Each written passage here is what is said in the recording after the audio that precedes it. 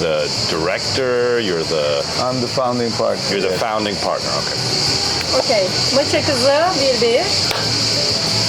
I'm here with Sahir Erozan. He's the founding partner of the Maça Kızı Hotel. We're in Türkbükü Bodrum to talk a little bit about the past of the hotel and tourism here in Bodrum.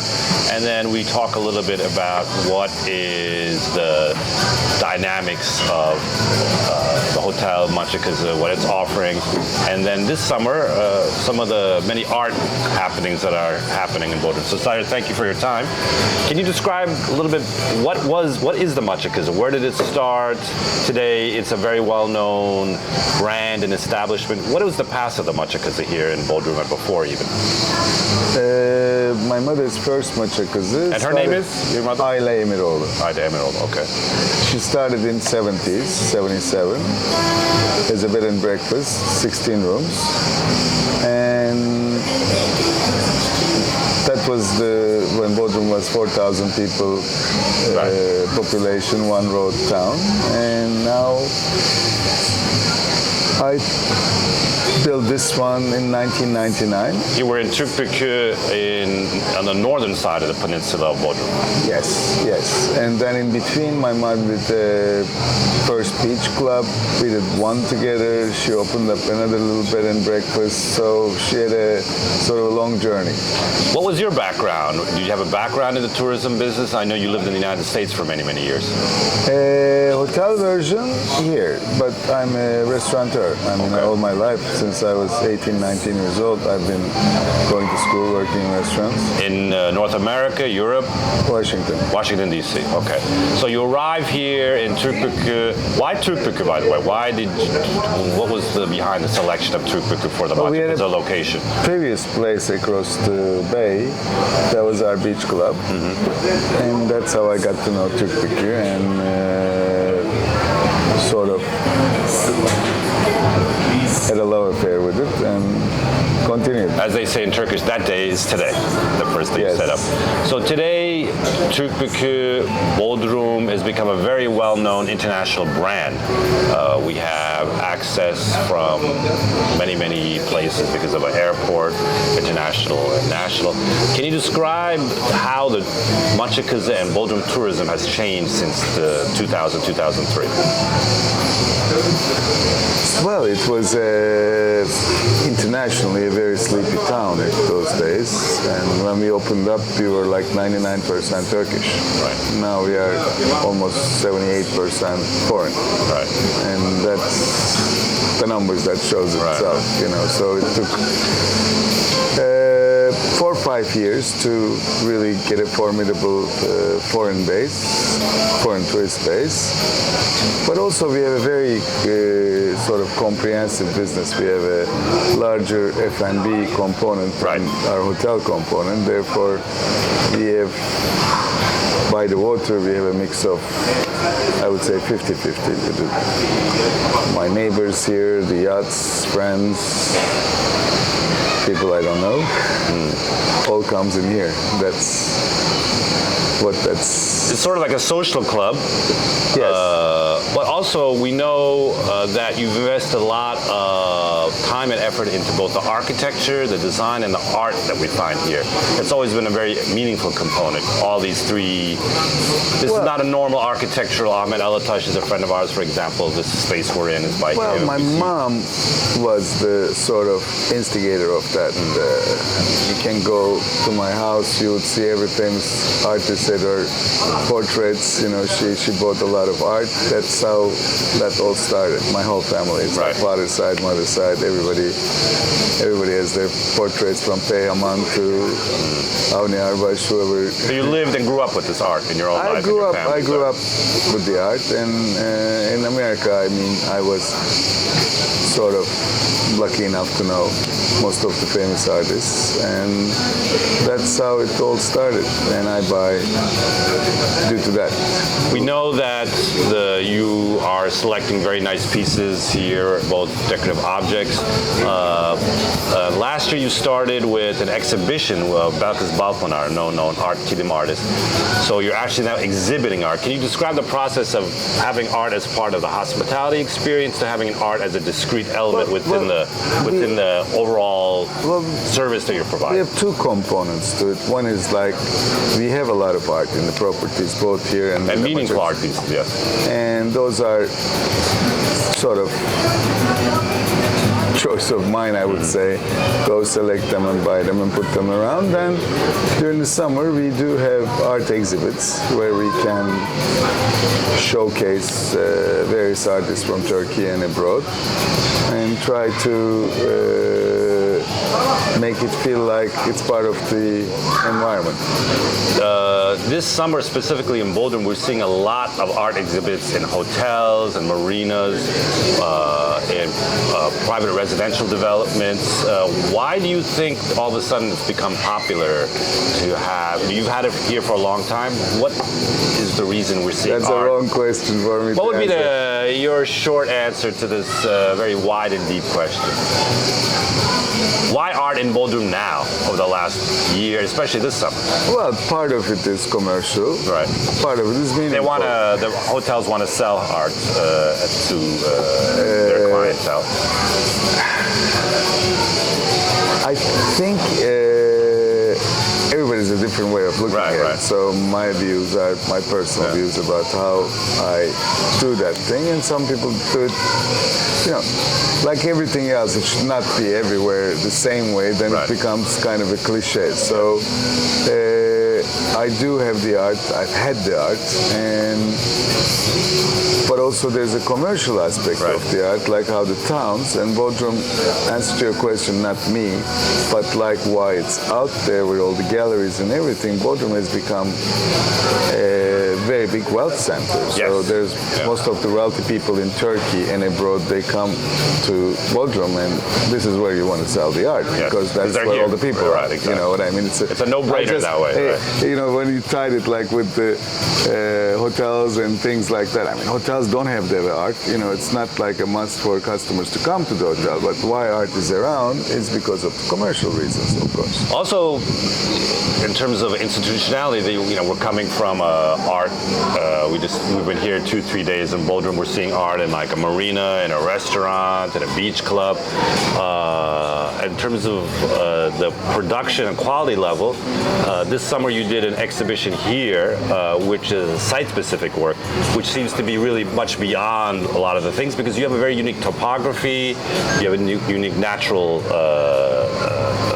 textures here. The exhibition you did here seems to be much more advanced because of your understanding of your curation here for many, many years.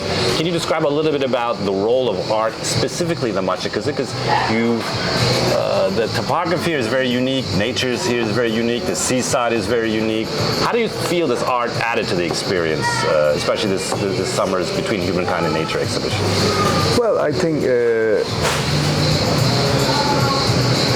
the way I use the format here, I use the nature as the decor. Right. So I build into it. I don't cut it and build it up afterwards. Exactly. We see behind you how the trees are. I live within the yeah, nature, yeah. so I wanted to make sure the art reflects that.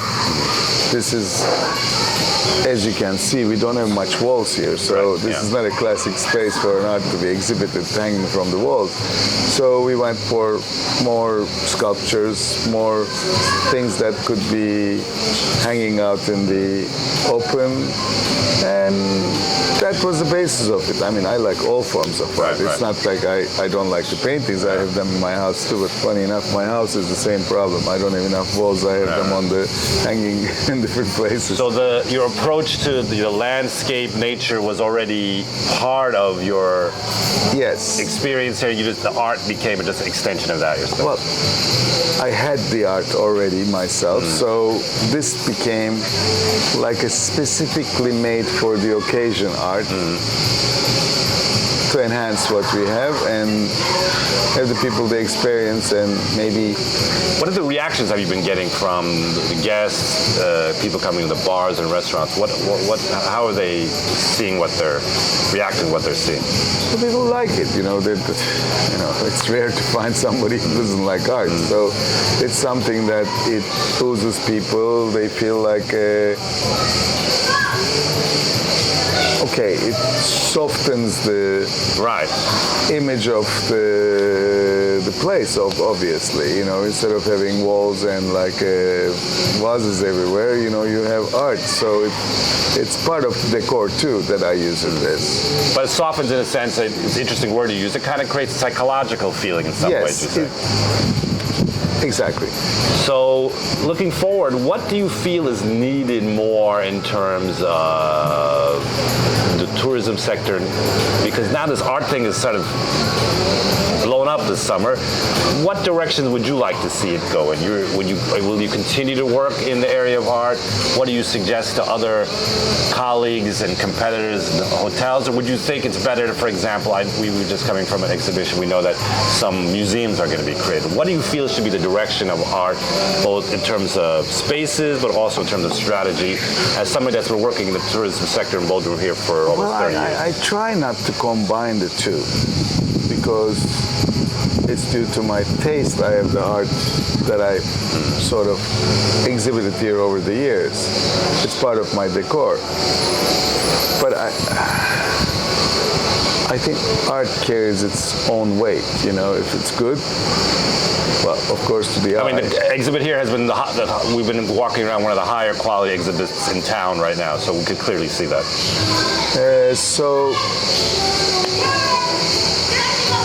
How to say? I just don't want to make a cliche out of this. Right. Okay. This is not like like you got to have a hotel. You have to have an art. Without an art, there's no hotel. There's no restaurant. It's just not that. Art is. What would you like to see, though? What would you like to see personally? Not as somebody that lives. I like to do different things all the time. Something different. Right? Whatever that may be, because if you keep doing the same thing, it becomes a cliche kind of.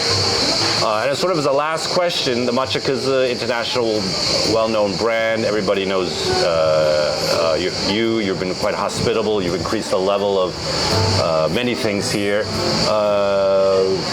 What should we expect from? What would you like to see Bodrum turn into? Bodrum is getting increasingly crowded, but people are living here now almost full year round. Which direction? We're working in GAD architecture, responsible for many buildings here in Bodrum.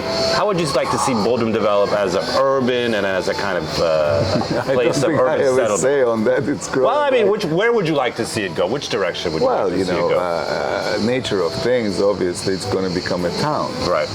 It's no longer the little village my mother used to stay in, and it's the nature of the beast. There's nothing we can do about it. So, what would you like to see in Bodrum? What I would like to see is to have that development in a certain direction, certain style, and certain integrity, not like buildings on top of the buildings and, take down the mountains and cut preserve the nature a bit, yeah. And not a bit. A lot more, right? Okay. Yes, and we have to control the density. We have to, it's easy for me to say. Obviously, I've been here for a long time. This is how people criticize each other. When I talk like that, then they're going to say, well, you have it, why not I have it? Sure, you should have it too, but everybody should be like in today's world, you just hope that people have enough taste and integrity of their approach towards the historical aspects of this place. And history, nature. Yes. Right. So obviously we have no way of stopping this to become a little Miami. It's on the way to that. I don't think anything is wrong with that. You can't keep things as they were born, like us. Things grow and things change. There's a certain. Not certain. There's a huge growth on things, like how we grow. But we mature. Right. So I'm hoping this growth matures too. So there's some kind of a intellectual Right. approach to it. Got it. Respecting nature, respecting the things that were here. Sahir Erozan, thank you very much for some enlightening words, and thank you for your efforts here in Bodrum, your efforts, Pleasure. your family's efforts, 30 years. You've created benchmarks for culture, life here in Bodrum that has been an example for all of us. We appreciate it and we thank you for that. We were with Sahir Erozan, the founding partner of the Maça Kızı Hotel in Türkbükü Bodrum in August, talking about the hotel, talking about art, talking about the exhibition between Humankind and Nature that happened this year. Thank you, Sahir. Pleasure. Thank you.